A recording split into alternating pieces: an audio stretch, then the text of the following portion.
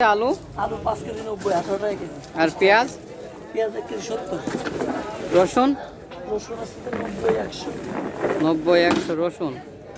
আর এই কচুরমুখী কত? কচুরি 1 কেজি 30 টাকা। 30 টাকা। 30 টাকা। কচুরমুখীর দামটা একটু বেশি হয়ে গেল না নাকি? 30 টাকা কেজি না, 40 টাকা কেজি বিক্রি তো কম। ওই আছে কম। তোমার এই যে মাইটি আলু কত করে এখানে? 100 টাকা কেজি, 120 টাকা কেজি। বুঝতে কত? উস্তা 250 গ্রাম 25 টাকা 20 টাকা। সিম কত করে? সিম 250 গ্রাম আছে 30 টাকা। সব দাম কম। সবজির বাজারের একটি ছোট্ট ধারণা দিলাম আপনাদেরকে। এখানে দেখতে পাচ্ছি কাঁচকলায়, কাঁচা কলা কত করে কেজি? কাঁচকলা 40 টাকা কেজি।